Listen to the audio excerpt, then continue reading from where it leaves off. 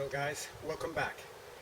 Today we're going to be delivering a tutorial on request of our YouTube subscribers, and it's about how to operate the staff.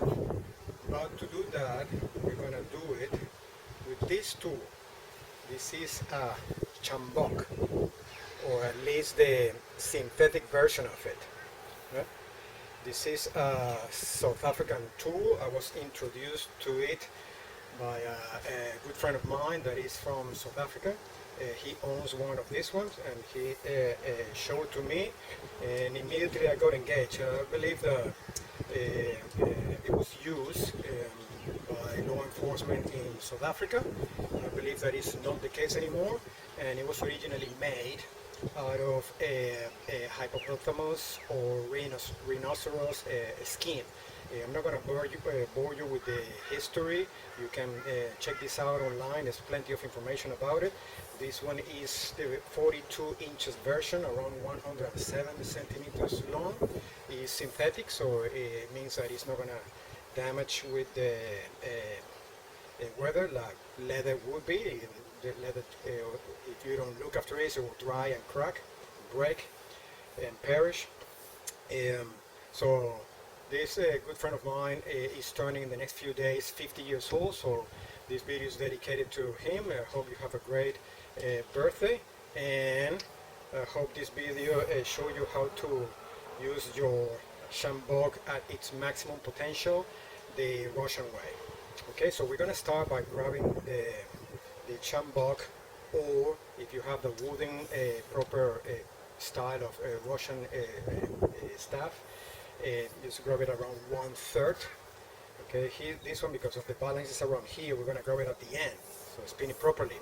And we're going to explain in this video how to spin it, the defensive use of the deflections, and the attack or striking with it. And this is an excellent tool because it's flexible. It's a semi-rigid whip, so it shows clearly how the kinetic energy travels to the body all the way to the tip of the Sjambok.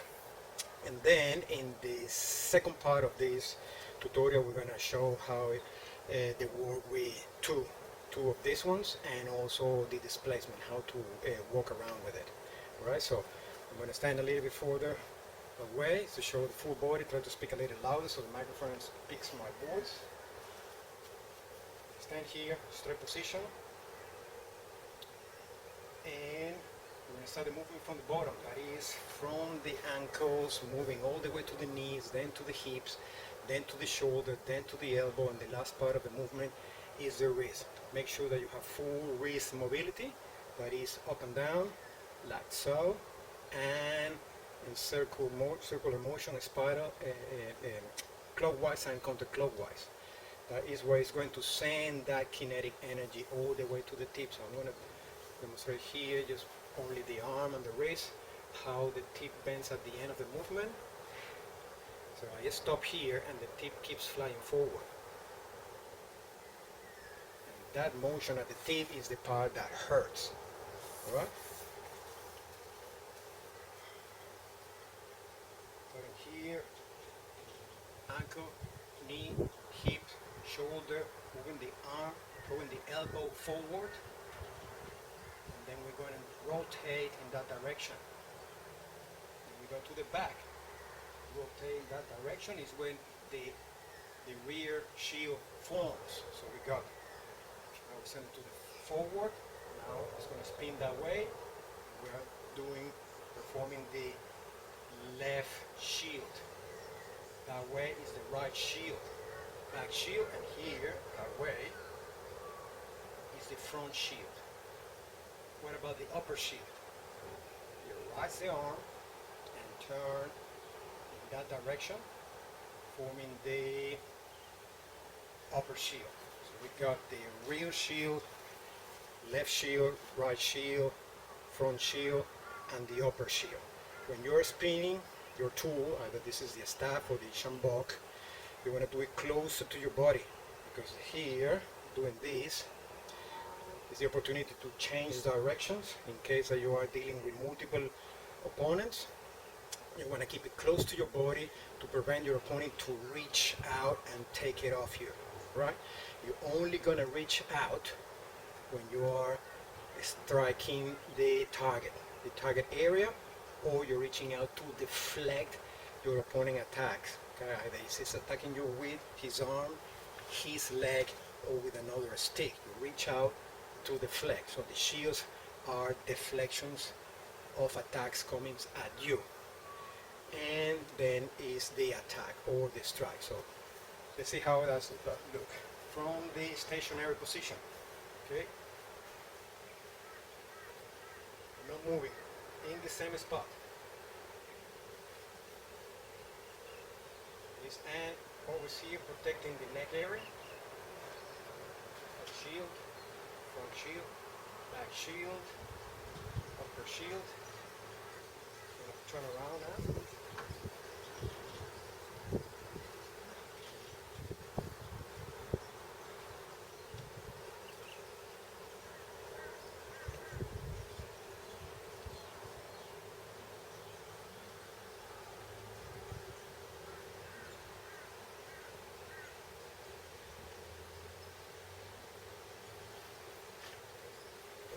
For the right hand to the left hand. Happen at the back. This shield, that shield, front shield, upper shield. All the body is movement. All the body is in motion.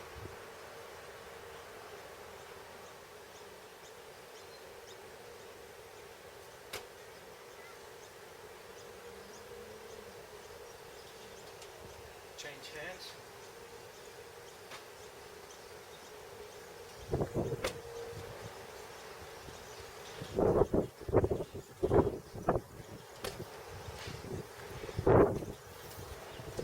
Suppressing the sound that it makes just by swinging it. The microphone is capturing that sound. That's the sound that it makes when you're spinning it. Closer.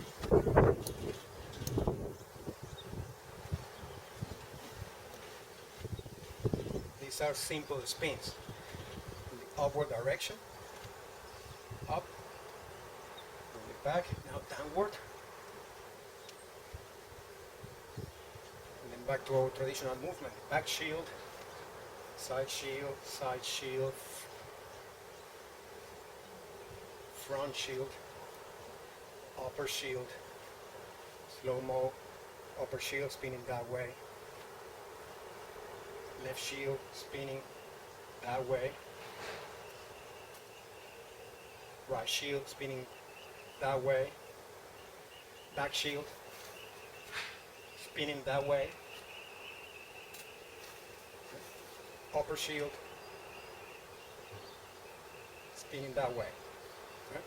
Close to your body. Now the attack. Ankle, knee, hip, shoulder, elbow, wrist. Continue moving forward.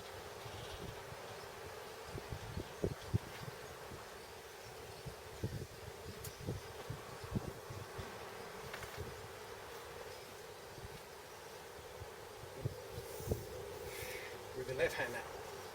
You have to practice with both hands.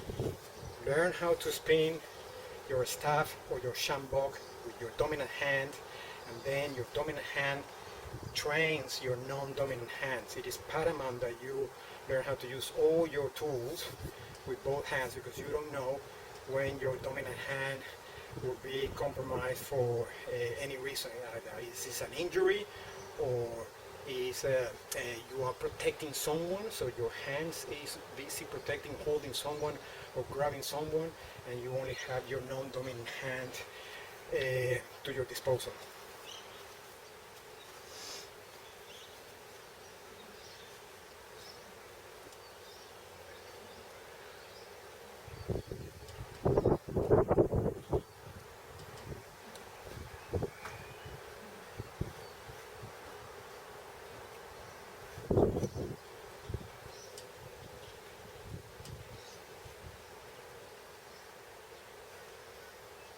strike in slow motion. From here to the shoulder, to the elbow, to the wrist. Boom. Boom. Boom.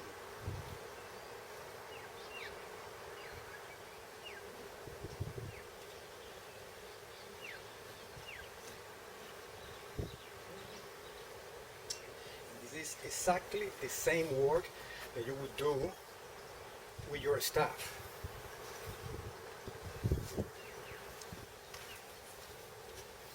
Well, because this one is rigid, we cannot show how the kinetic energy is transferred from the wrist, the last part of the body, in contact with the tool, and travels to the tip.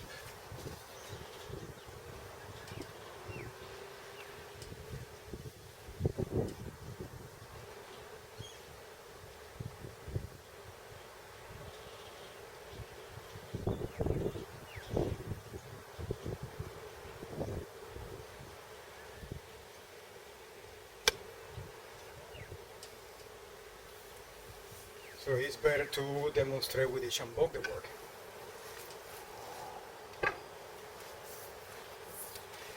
And you can use this in the bush, you know, to clear the bush. You can use it to protect yourself from snakes. You can use it if you are a primary industry user. Maybe you can use it with your livestock.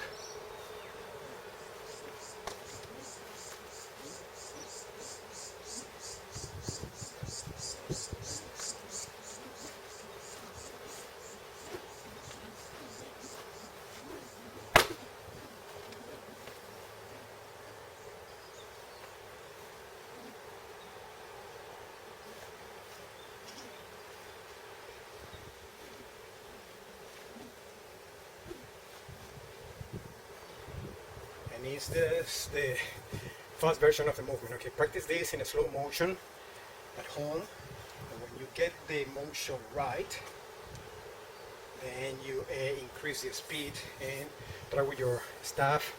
And then with this one, when you see the tip moving forward at the end of your movement, you want to ideally be striking with the last section of the Sjambok, say the last 5 inches or 100 millimeters, which will be the one that will be loaded with the maximum amount of kinetic energy.